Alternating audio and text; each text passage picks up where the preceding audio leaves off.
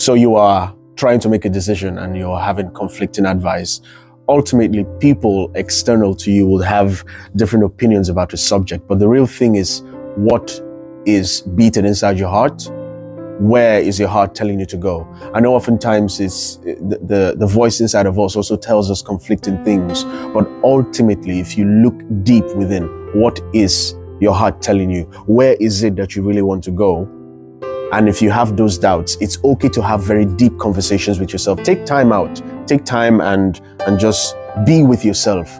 People are too afraid of having a conversation with themselves. People are too afraid to speak to themselves keenly. When you speak to yourself, then you can find answers that you didn't even know were stored and resident inside of you. And when that happens, you ultimately come out victorious. It's difficult to sit with yourself sometimes to have a conversation because we're afraid of what we'll find inside of us. We're afraid that we're not enough. We're afraid that we don't have the right answers. We're afraid oftentimes that what comes out of us is not true, is not real, is not genuine. But that's a lie.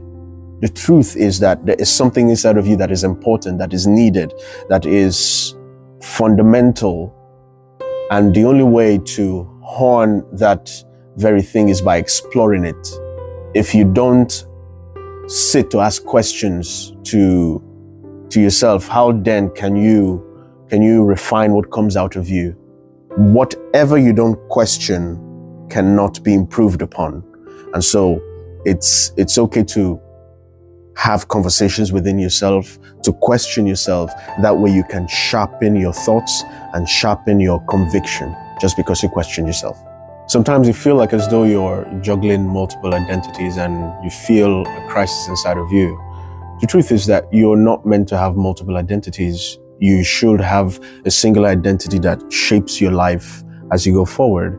And so sometimes we have multiple influences that take us in different directions, and we do not control that. And it's as though even the people we try to want to get advice from do not understand these crises inside of us young people today, not because they don't want to help, or because they don't understand the dynamics of the battlefield, of the warfare that young people face today.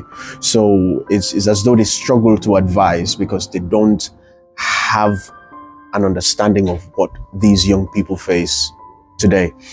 Ultimately, what is important is that you understand your environment. When you find yourself being influenced by multiple factors or multiple influences, you understand your environment.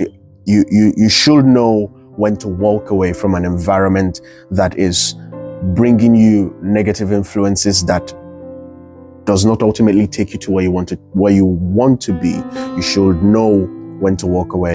To navigate these multiple identities and crises that young people face, it is fundamental that young people remember their dream. There is a dream in your heart that must be fulfilled, and it's the burden of responsibility that falls on you to engage in activities that lead you ultimately to fulfilling that dream. When you know the dream you're to accomplish, it will inform how you walk. It will inform how you live your life. It will inform the choices you have to make. It will inform the kind of places you have to be in. It will inform the kind of disciplines you have to adopt in order to achieve that dream. That keeps you in check, that guides you, that keeps you on that pathway where you're not swayed from left to right, where you're not tossed about by agendas.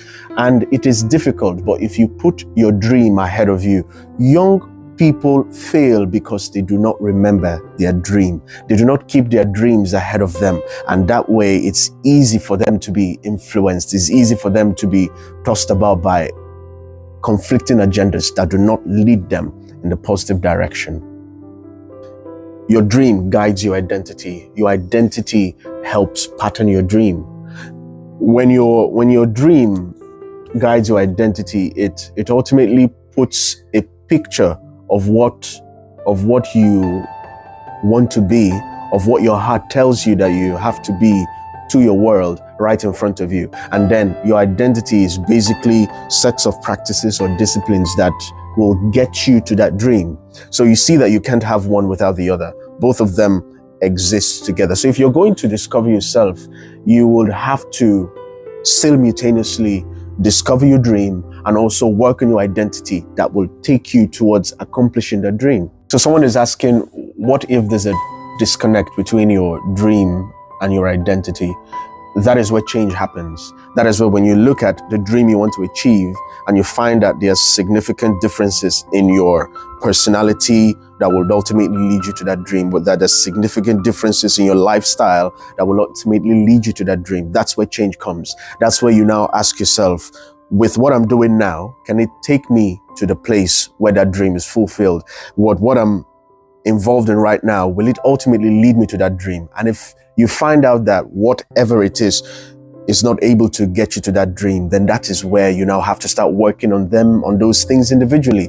For example, you're an introvert and somehow you've seen yourself speaking before multitudes of people. You just don't know how you're able to do that or how you'll be able to do that. How can I move from being an introvert to speaking before multitudes of people? Then you now realize that I have to work on my public speaking. I have to work on my confidence. You ask yourself, I've seen myself singing before multitudes of people, and it seems like I haven't honed my music skills. That's where you have to start looking at taking music lessons and improving your skills, your music skills, learning the piano and other musical instruments that will ultimately lead you to that dream. The truth here is, for every dream, there is a responsibility. And if what you're seeing with yourself currently cannot translate to that dream, then you have to start making conscious effort to align yourself towards the pathway that would take you to that dream. What we should put at the back of our minds is that nothing is impossible. When a dream is put in your heart, it doesn't matter if your current situation limits you. You're not defined by your current situation. That dream ultimately tells you, this is where I will be to influence people. And even though my present circumstances do not suggest that I have the ability to get there, if I start working on those things, if I start working on those limitations with grace and authenticity, then there is a likelihood that I will be navigated to a place, to a point where I can become that thing that I've actually dreamt of. And that is the best place to be. Even if your dream is to be a CEO, or even if your dream is to end poverty in a local village or in a local community, those dreams are both valid. But what is important for you to know is that for every dream you have, there is a responsibility to making that dream become a reality. If you want to end poverty or create social structure that is beneficial to the people, there is a responsibility to make that happen. And when you find out that you don't have the skills, the competence, the capacity to even do that, you start building yourself. If your impact is going to be by being a CEO or being a founder or being a doctor, there are responsibilities, there are skill sets that you have to nurture to be able to do that. If you remove the responsibility and you still have the dream, you will still remain in the realm of unaccomplished dreams. But you bring something to fruition, you bring something to reality when you understand that there is a responsibility that you must play to bring in that thing to fulfillment.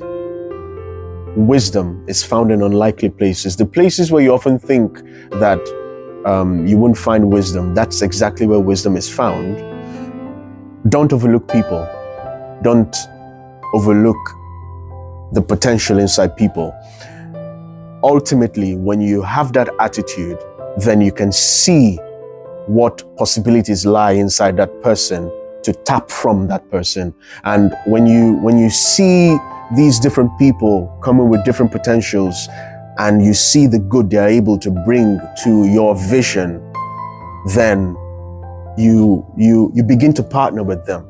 But it ultimately begins with you seeing the good inside of them, wisdom in not judging them from where they are, and And ultimately, again, with people who will align with your vision, they will have the patience to go through the journey with you. That's an important ingredient to finding people who align with you, people who have the patience to go with you along the journey, people who see the benefit in what you do, who see the goal you're trying to reach, and that is really important in achieving any vision.